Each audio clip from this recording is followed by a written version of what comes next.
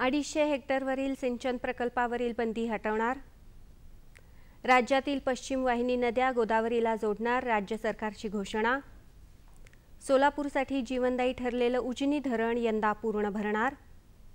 आणि चांगल्या पावसामुळे कापूस निर्यातीला केंद्राची परवानगी. नमस्कार, आता पाहूया सविस्तर वृत्त. राज्यातील 250 हेक्टरवरील सिंचन प्रकल्पाच्या उभारणीवर राज्यपालांनी घातलेली बंदी लवकरच हटणार असून याबाबतचा प्रस्ताव राज्य मंत्रिमंडळात नुकताच मंजूर करण्यात आला. 600 हेक्टरपर्यंत सिंचन क्षमता असलेल्या प्रकल्पांचाही मार्ग मोकळा होण्याची शक्यता आहे. ही बंदी उठवावी यासाठी मंत्रिमंडळानं मंजूर केलेला ठराव राज्यपालांकडे पाठवण्यात येणार आहे. राज्यपालांनी दिलेल्या निर्देशानुसार राज्यात 250 हेक्टरवरील सिंचन प्रकल्प उभारण्यास प्रशासकीय मान्यता देण्यास बंदी आहे. त्यामुळे राज्यातील दुष्काळी आणि मागास भागातील अनेक प्रकल्प थंडावले आहेत. हे प्रकल्प लघु पाटबंधारे प्रकल्पांचाच भाग असल्यामुळे त्यांची कामं 2 ते 4 वर्षात पूर्ण होऊ शकतात. शिवाय 600 हेक्टर सिंचन क्षमतेच्या प्रकल्पांना किमान 50 कोटी रुपये खर्च असतो. त्यामुळे हे प्रकल्प सुरू करण्यास हरकत असू नये असं सरकारचं मत आहे. राज्यातील पश्चिम वाहिनी नद्यांना गोदावरीला जोडण्याचा कालबद्ध कार्यक्रम आगामी वर्षभरात हाती घेण्यात येईल अशी घोषणा राज्याचे जलसंपदा मंत्री सुनील तटकरे यांनी विधानसभेत केली आहे. गोदावरीचं खोरं राज्यातील सर्वाधिक तुटीचं खोरं असल्यानं ते पश्चिम वाहिनी नद्यांना जोडण्यात येणार आहे. प्रत्येक नदी खोऱ्यात पाण्याचं समन्यायी वाटप व्हावं यासाठी आघाडी सरकारनं जलसंपत्ती नियमन प्राधिकरणाची स्थापना केली आहे. पाणी वाटपाचा क्रम बदलून पहिले प्राधान्य पिण्याच्या पाण्याला, दुसरे शेतीला आणि तिसऱ्या क्रमांकावर उद्योगांना स्थान देण्यात आल्याचं तटकरे यांनी सांगितलं. सोलापूर जिल्ह्यासाठी वरदायिनी असलेले उजनी हे महाकाय धरण यंदा प्रथमच 100% भरणार आहे. सोलापूर, पुणे आणि नगर जिल्ह्याच्या काही भागातील शेती उजनीच्या पाण्यावर अवलंबून आहे. गेल्या वर्षी दुष्काळामुळे उजनी धरणातील सर्व चलसाठा संपून अचल साठ्यातून अर्थात डेड स्टॉकमधून पिण्यासाठी पाणी वापरावं लागलं होतं. यंदाच्या पावसाळ्यात विशेषतः जुलै महिन्यात पुणे परिसरात सलग 15 दिवस पडलेल्या दमदार पावसानं उजनी धरणात जवळपास 75 ते 80 TMC पाणी आलं. सध्या उजनी धरणाच्या वरच्या बाजूला असलेल्या सर्व 18 धरणांमध्ये 100% पाणी साठा झाल्यानं पुणे परिसरात पडलेल्या पावसाचं सगळं पाणी आता थेट उजनी धरणाकडे येत राहणार आहे. सध्या ही आवक सुरूच असल्यानं 90%हून अधिक भरलेलं धरण कधीही पूर्ण भरेल आणि या धरणातूनही जादा पाण्याचा विसर्ग सुरू करावा लागेल असं चित्र आहे. यंदाच्या पावसाळ्यानं शेतकऱ्यांना हात दिला असला तरी गेल्या वर्षीच्या दुष्काळी परिस्थितीचा कांद्याच्या उत्पादनावर विपरीत परिणाम झाला होता. सध्या क्विंटलचा सरासरी भाव 3000 रुपये असून हा कांदा ग्राहकांपर्यंत पोचेपर्यंत किलोमागे 40 ते 45 रुपये एवढा भाव घेण्याची शक्यता आहे. नवीन कांद्याची आवक होईपर्यंत हे भाव चढेच राहतील असा व्यापाऱ्यांचा अंदाज आहे. कांद्याची आवक कमी असून देशातील बाजारपेठातून येणारी मागणी मात्र कायम आहे. त्याचा परिणाम भाववाढीत झाला आहे. नवीन लाल कांदा साधारण ऑक्टोबरच्या सुमारास बाजारात येतो. तोपर्यंत चढ्या दरानं कांदा खरेदी करण्याची वेळ ग्राहकांवर येणार आहे.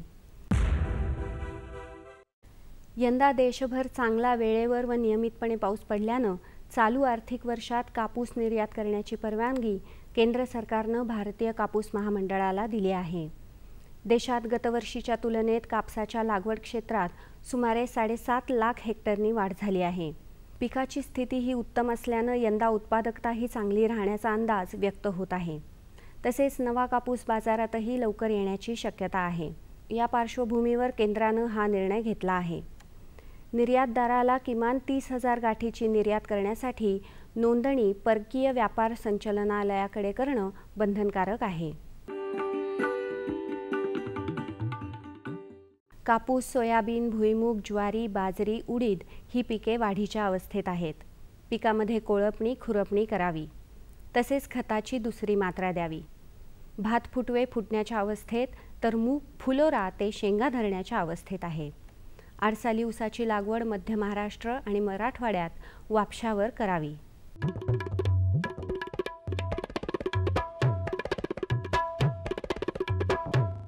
आता बघूया सांगली कृषी उत्पन्न बाजार समितीचे काही बाजारभाव प्रति क्विंटलचे. बाजरी कमाल 1700 रुपये, किमान 1400 रुपये. गहू कमाल 2500 रुपये, किमान 1500 रुपये. ज्वारी हायब्रीड कमाल 1700 रुपये, किमान 1400 रुपये. ज्वारी शाळू कमाल 2500 रुपये, किमान 1400 रुपये. मका कमाल 1525 रुपये, किमान 1500 रुपये. गूळ कमाल 3900 रुपये, किमान 3100 रुपये. आणि हळद कमाल 8200 रुपये आणि किमान 4600 रुपये. कृषी बाजारभाव विषयक अधिक माहितीसाठी www.agmarknet.nic.in किंवा www.msamb.com या संकेतस्थळाला भेट द्या.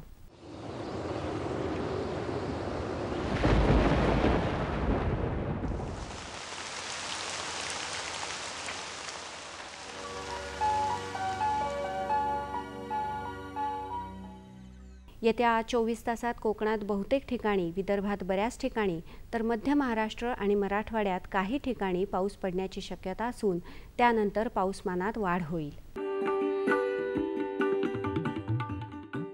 राज्यातील काही प्रमुख शहरांचं तापमान अंश सेल्सिअसमध्ये पुढील प्रमाणे: मुंबई कमाल 32 अंश सेल्सिअस, किमान 25 अंश सेल्सिअस.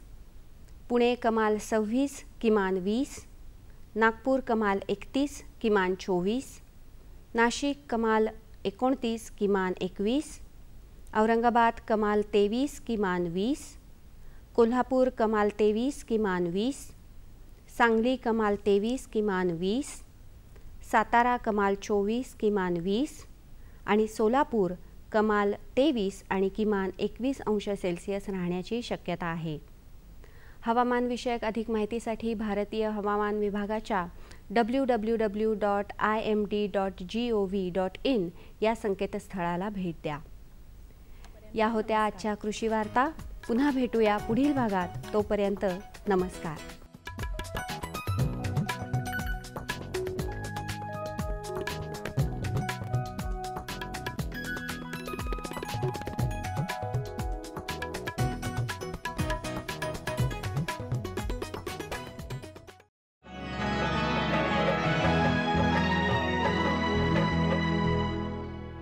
हे घे, आणखी सांग.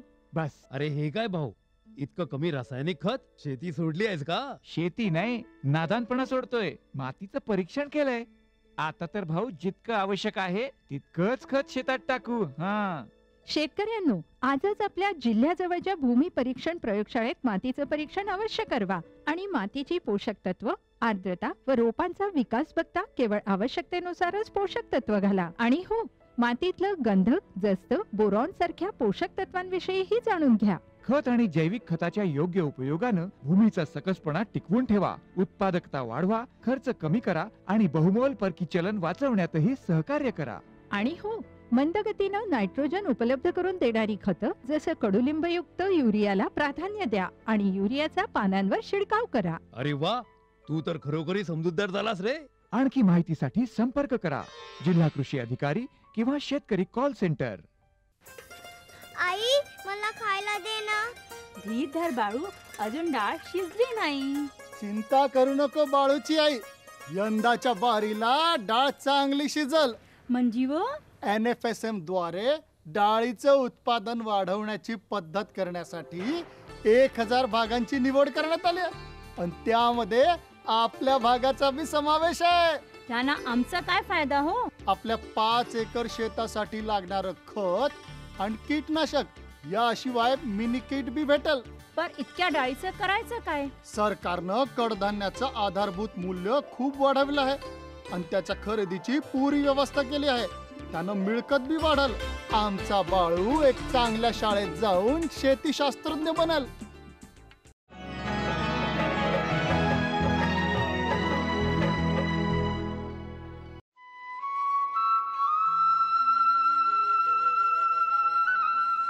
आपल्या देशाला आयुर्वेदाची खूप मोठी परंपरा लाभली आहे.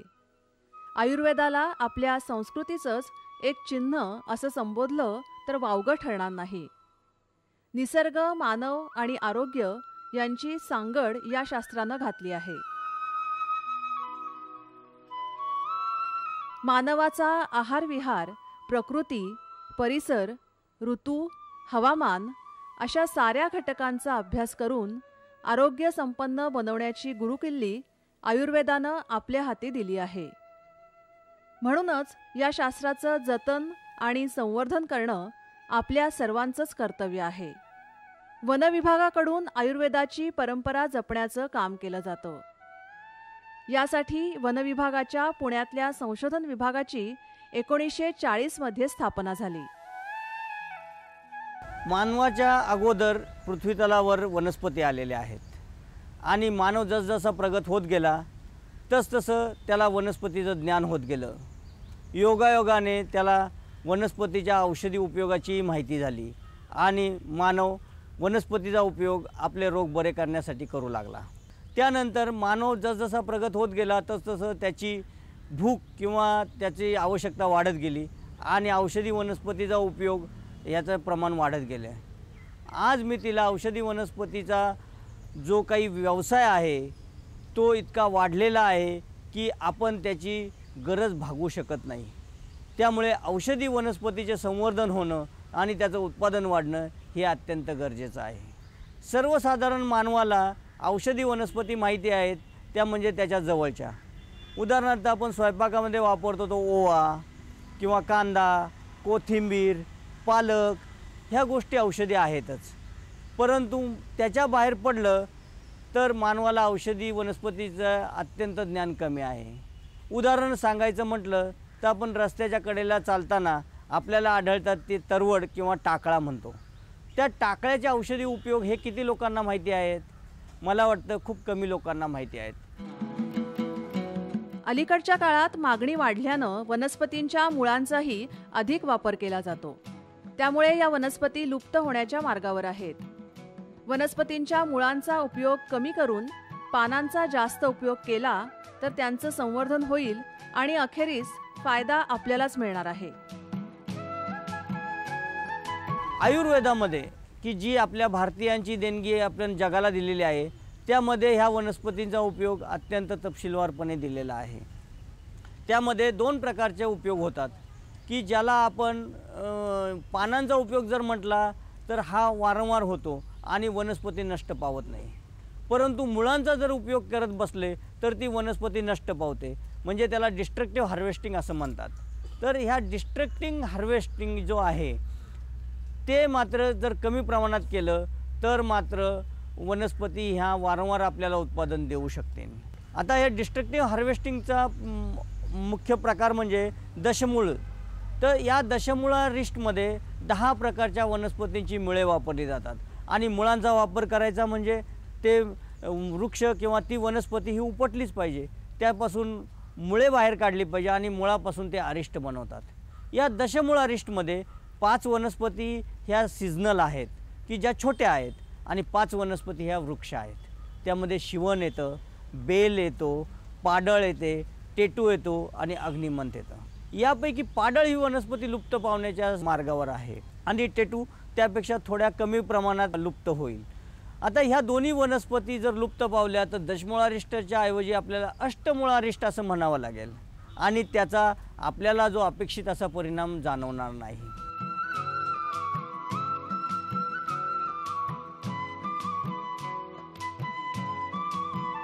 संशोधन संस्थेत 74 प्रकारच्या वनस्पती आढळतात तर 50 पेक्षा अधिक प्रजातींचं उत्पादन केलं जातं.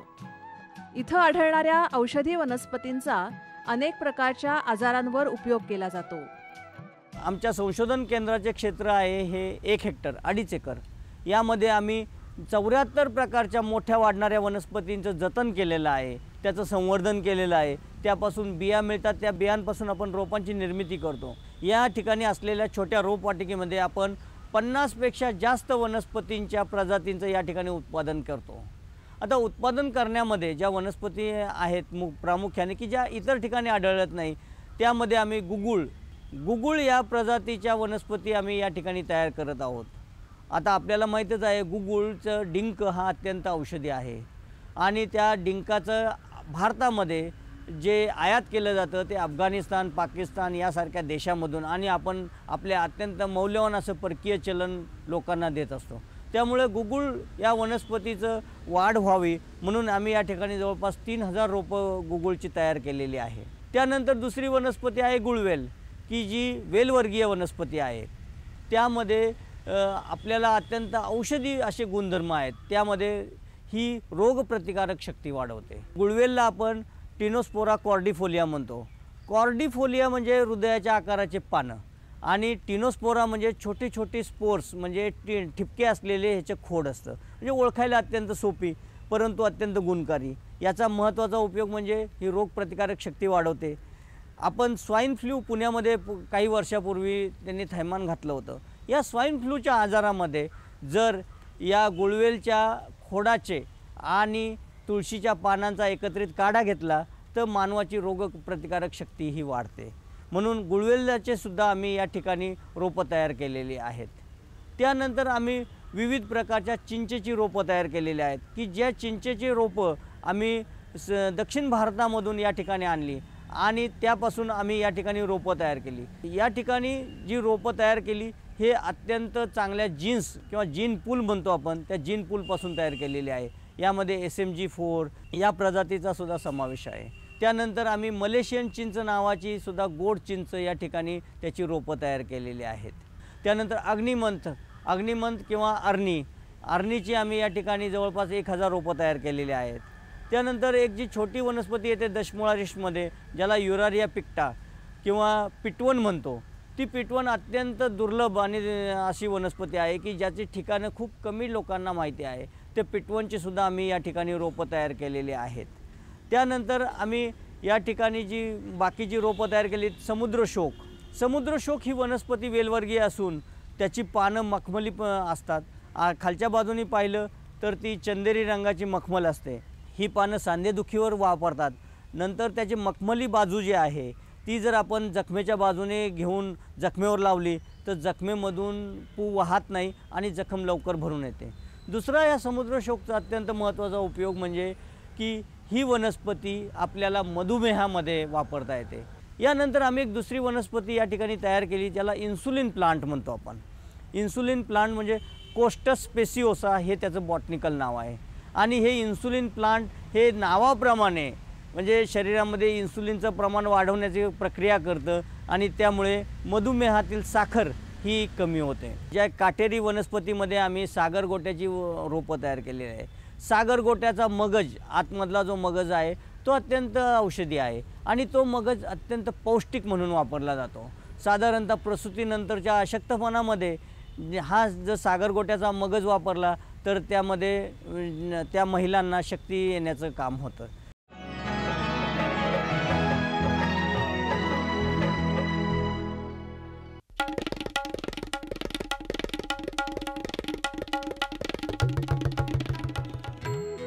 मामी, मी शाळेला जाते बरं. शाळेला? अगं पण लग्नाच्या वक्ताला तू शिकलेली आहेस म्हणून सांगितलं होतं की. अव मामी, फार्म स्कूलला जातीये शेतीच्या नव्या नव्या गोष्टी शिकाया. तुम्ही बी चला की. फार्म स्कूल, जिथे शेतकऱ्यांना पिकांचा उपज वाढवायच्या सर्व गोष्टी शिकवल्या जातात. जसं मातीच्या पोतानुसार कोणती खतं योग्य आहेत, कोणती बियाणं आणि गरजेनुसार कोणती कीटकनाशकं उत्तम आहेत. खर्च बेताचा, लाभ मोलाचा. सुगंधाच्या दरवळीमध्ये, स्वादाच्या बहारीमध्ये, प्रगतीच्या डहाळ्यांमध्ये, पसरणाऱ्या हास्यांमध्ये, हिरव्यागार झाडांमध्ये, मोठ्या मोठ्या सौद्यांमध्ये, गोड मधुर गुंजनामध्ये, आनंदाच्या चाहुलीमध्ये. NHM बागवानी मिशन. आमची आकांक्षा आपलं स्मित हास्य.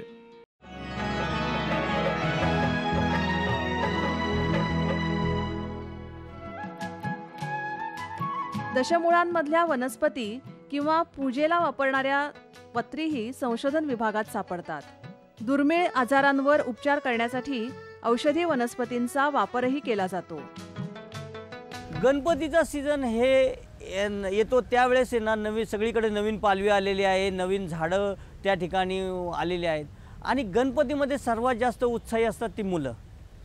आणि म्हणून भारतीयमध्ये की मुलांना औषधी वनस्पतीची ओळख व्हावी म्हणून गणपतीच्या सीझनमध्ये आपण काय करतो, गणपतीला पत्री वाहतो. गणपतीला 21 प्रकारच्या पत्री वाहतो आणि ह्या पत्री गोळा करण्याचं काम मुख्य करतात ती मुलं. म्हणून मुलांना मोठी माणसं त्या वनस्पती ओळखण्याचं ते ज्ञान देतात आणि ते मुलं ती वनस्पती ओळखायला सुरुवात करतात. आणि जर पाहिलं तर गणपतीच्या ह्या 21 पत्री ह्या औषधी आहेत. म्हणजे दुर्वांपासून आपण सुरुवात केली तर दुर्वांपासून सुद्धा ह्या औषधी उपयोग आहेत. दुर्वा अत्यंत ह्या शीतकारक आहे आणि अनेक उपयोग आहेत दुर्वांचा. म्हणजे आपण आपल्या व्रतवैकल्यांमध्ये 108 प्रकारच्या वनस्पतींचा वापर करतो आणि ह्या 108च्या 108 वनस्पती ह्या औषधी आहेत, कारण त्यांचा कुठे ना कुठे हा औषधी उपयोग होत आहे. म्हणून माझं म्हणणं आहे की आपण पूर्वीच्या काळी ऋषीमुनींनी लोकांमध्ये औषधीचा वनस्पतींचा उपयोग वाढावा म्हणून त्यांना धर्माचं अधिष्ठान दिलं. म्हणून धार्मिक कार्यक्रमामध्ये आपण त्या वनस्पती वापरतो. परंतु आपण जर डोळसपणाने या वनस्पतींचं संवर्धन केलं तर ते आपल्याला धार्मिक कारणासाठी सुद्धा वापरता येतील आणि औषधी म्हणून सुद्धा उपयोगात आणता येतील. त्यानंतर आमच्या इथे चंदन आहे, नंतर सीता अशोक आहे, शतावरी आहे. हा सीता अशोक हा भारतीय उपखंडात मूळ स्थान असलेला हा वृक्ष आहे. सीता अशोकचा जो उपयोग आहे तो स्त्रियांच्या आजारावरती अनेक प्रकारे होतो. म्हणजे स्त्रियांच्या श्वेतप्रदर, रक्तप्रदर यामध्ये सुद्धा उपयोग होतो. शक्तिवर्धकसुद्धा म्हणून अत्यंत उपयोगी होतो. त्यानंतर आम्ही या ठिकाणी खेजडी, ज्याला आपण म्हणतो शमी या वृक्षाची सुद्धा रोपं तयार केलेली आहेत. आपण शमीचा वृक्ष जो आपटा मानतो तो खरा शमीचा वृक्ष नसून हा जो आहे की बाभूळ वर्गाचा प्रोसोपिस सिनेरेरिया ज्याचं शास्त्रीय नाव आहे त्याचीसुद्धा या ठिकाणी आपण रोपं तयार केलेली आहेत. खेजडीच्या झाडापासून निघालेला डिंक हा सुद्धा शक्तिवर्धक आहे. त्याची पानं ही शक्तिवर्धक आहे. त्याच्या तुम्ही शेंगांपासून अत्यंत पौष्टिक अशी भाजी केली जाते. त्याच्या बियांपासून अत्यंत चांगल्या प्रकारचं लोणचं तयार केलं जातं. त्याच्या डिंकांचे लाडू म्हणून पौष्टिक लाडू तयार केले जातात आणि जनावरांसाठी तर त्यांचं शेंगा आणि त्यांचे पानं ही पौष्टिक म्हणून त्यांना ती दिली जातात. औषधी वनस्पतींच्या संवर्धनाच्या कामात आपण सारेच हातभार लावू शकतो. घरात झाडं लावण्यासाठी फार जागा नसली तरी कुंड्यांमध्ये काही वनस्पती सहज लावता येतात. परसबाग आणि फ्लॅट सिस्टीम यामध्ये आपल्या कुंडीत वाढणाऱ्या वनस्पती आपण लावू शकतो. त्यामध्ये सर्वप्रथम येतं तुळस येते, शतावरी येते, नंतर आपलं वेखंड म्हणून आहे, वेखंडही तुम्ही वापरू शकता. नंतर अशा छोट्या छोट्या ज्या वनस्पती आहेत सोलॅनममध्ये की ज्याला चिचारडी आपण म्हणतो, की जी चिचारडी आपल्याला पित्त जर वाढलेलं असेल, ॲसिडिटी झालेली असेल त्या चिचारडीचा औषधी उपयोग आहे. अशा छोट्या वनस्पती लावल्या की ज्या कुंडीच्या बाहेर जास्त वाढत नाही त्या वनस्पती जरूर लावाव्यात आणि आपली जी परसबाग आहे किंवा आपली फ्लॅटची गॅलरी आहे ती औषधी वनस्पतींनी सुद्धा उपयुक्त होईल. निसर्गानं मुक्त हस्तानं दिलेली औषधी वनस्पतींची ही संपत्ती राखणं आपल्याच हाती आहे. हा खजिना राखला आणि वाढवला तर आपल्या आणि आपल्या भावी पिढ्यांना निरामय आयुष्य लाभू शकेल.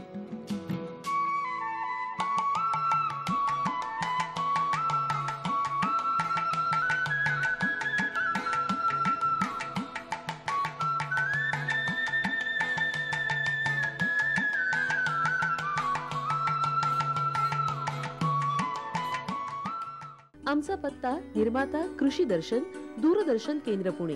आमचे ईमेल आयडी असे आहे ddkpunekrshi@hotmail.com आणि ddkpunekrshi@rediffmail.com.